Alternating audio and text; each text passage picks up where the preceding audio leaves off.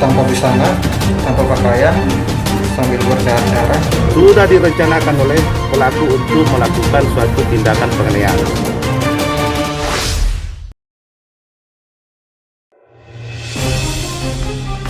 Tragis, kata inilah yang menggambarkan akhir perjalanan hidup Ari Pratama. Hidup pemuda yang dikenal sebagai selebgram di Makassar ini berakhir setelah ditusuk senjata tajam.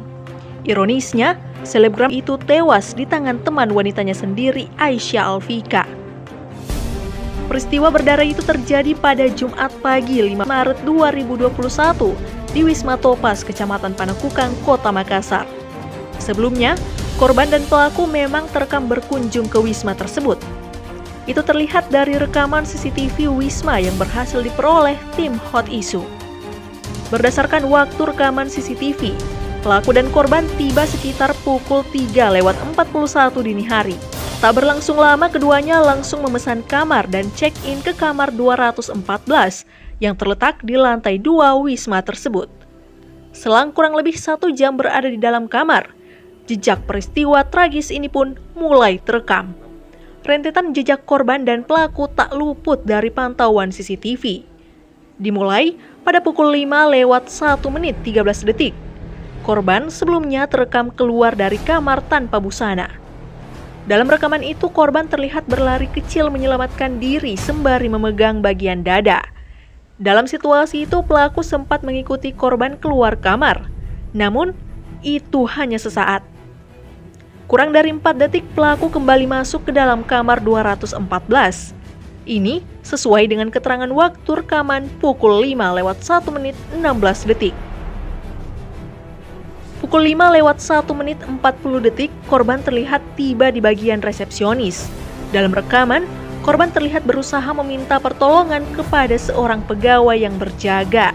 Dalam situasi itu, pegawai wisma sempat berusaha membantu dengan meminta pertolongan pegawai lain.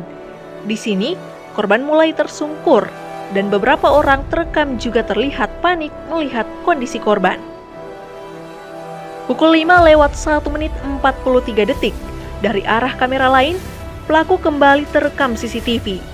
Dalam rekaman ini, pelaku terlihat keluar dari kamar 214 sembari meneteng pakaian. Pada rekaman inilah terlihat adegan yang cukup janggal. Pelaku terekam jelas masuk ke kamar lain yang diduga telah disiapkan sebelumnya. Dugaan pembunuhan berencana pun makin menguat saat waktu rekaman menunjuk ke pukul 5:02:07. Pada momen ini, muncul sosok pria yang terekam keluar dari dalam kamar yang diduga telah disiapkan oleh pelaku. Pria itu terekam jelas mengenakan jaket jenis hoodie, celana pendek, dan sendal jepit. Selanjutnya, sosok pria ini pun terlihat keluar mengikuti jalur pelarian dari korban, kembali ke kamera yang mengarah ke resepsionis. Pukul 5:02:30, korban yang sebelumnya tersungkur terekam kembali bangkit.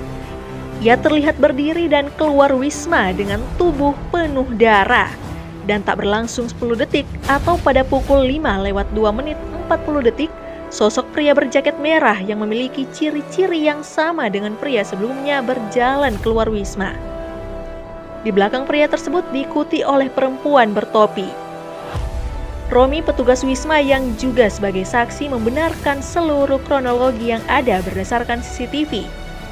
Romi mengatakan, saat itu korban tiba-tiba datang tanpa busana dan sudah bersimbah darah sambil meminta tolong, serta memberitahukan bahwa korban ditikam oleh perempuan yang ditemaninya sekamar.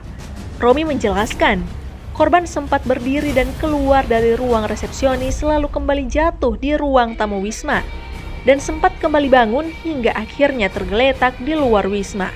Dia masuk jam berapa ini? Ya, dia masuk di tepatnya jam 03:41. Dia check-in. Dia datang sama cewek. Jadi mereka berdua check-in di kamar 214. Setelah sekitar 1 jam, cowoknya keluar ke lobi. Tepatnya jam 5:01. Itu dia ke lobi dengan tanpa busana, tanpa pakaian, sambil berdarah-darah. Terus dia bilang, bilang saya, "Kak, ini saya ditikam sama cewek di atas," begitu. Terus saya karena panik, saya keluar langsung minta tolong di orang-orang di depan tuh. Setelah itu semuanya bangun, teman-teman karyawan yang lain bangun. Tuh cowok bangun lagi, setelah jatuh di lobi dia bangun lagi. Dia coba jalan, terus dia jatuh lagi di ruang tamu. Nah, jatuh lagi di situ. Terus karena dia mungkin mau apa kan, takut juga, dia bangun lagi, dia berdiri lagi, masih bisa berdiri, dia berdiri lagi. Terus dia jatuh terakhirnya itu di depan, di luar wisma, di dekat apa itu gor di situ. Berdasarkan keterangan aparat kepolisian, korban meninggal di lokasi kejadian. Ia dikabarkan meninggal sekira pukul 6 pagi karena kehabisan darah. Selang 2 jam kemudian, polisi meringkus pelaku yang merupakan teman wanita dari korban. Keterangan polisi menyebut pelaku diringkus di kamar lain lokasi kejadian. Sayangnya, polisi hanya mendapati wanita tersebut. Sosok lelaki berjaket yang terekam CCTV sudah tak berada di lokasi. Kejadian ini berawal ketika pelaku dan korban kenalan di medsos.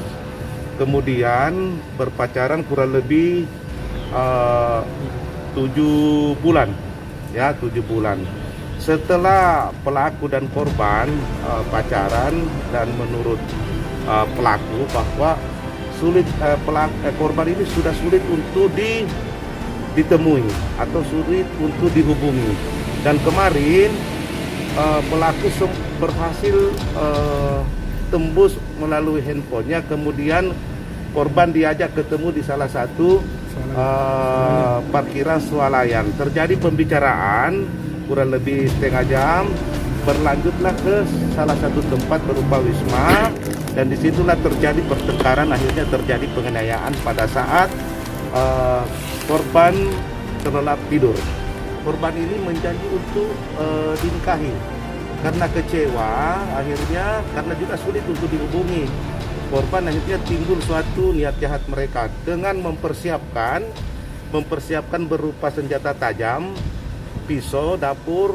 Pada saat rencana ketemu di swalayan, dia sudah siapkan, ya, dia sudah siapkan. Sudah direncanakan oleh pelaku untuk melakukan suatu tindakan penganiayaan. Hasil visum memang terlihat tusukan itu mematikan di sebagian di wilayah dada. Kalau tusukan ada puluhan. Hasil penyidikan, fakta lain juga diungkapkan Kapolsek Panakukang Kompol Jamal Fatur Rahman. Perwira 1 Bunga ini mengatakan pelaku sering kesurupan dan sudah pernah dilakukan ruqyah. Informasi itu ia dapatkan dari keluarga pelaku. Bahkan pada saat interogasi dilakukan, pelaku sempat seperti orang kebingungan hingga pihak kepolisian melakukan koordinasi dengan Dinas Pemberdayaan Perempuan dan Perlindungan Anak untuk dilakukan trauma healing.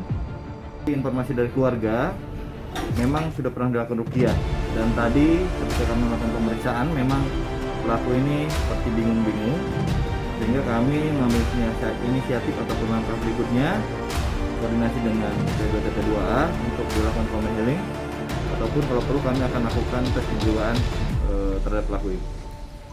Saat ini pelaku telah mendekam di balik jeruji besi Polsek Panakukang. Pelaku dikenakan pasal 338 atau 351 ayat 3 tentang pembunuhan berencana dan terancam hukuman 15 tahun penjara. Namun, kasus ini sepertinya masih menyisakan misteri. Siapa sosok lelaki berjaket yang terekam CCTV? Menarik ditunggu. Apakah kasus yang merenggut nyawa Ari Pratama murni dilatari sakit hati sang kekasih? Ataukah ada motif dan campur tangan orang lain?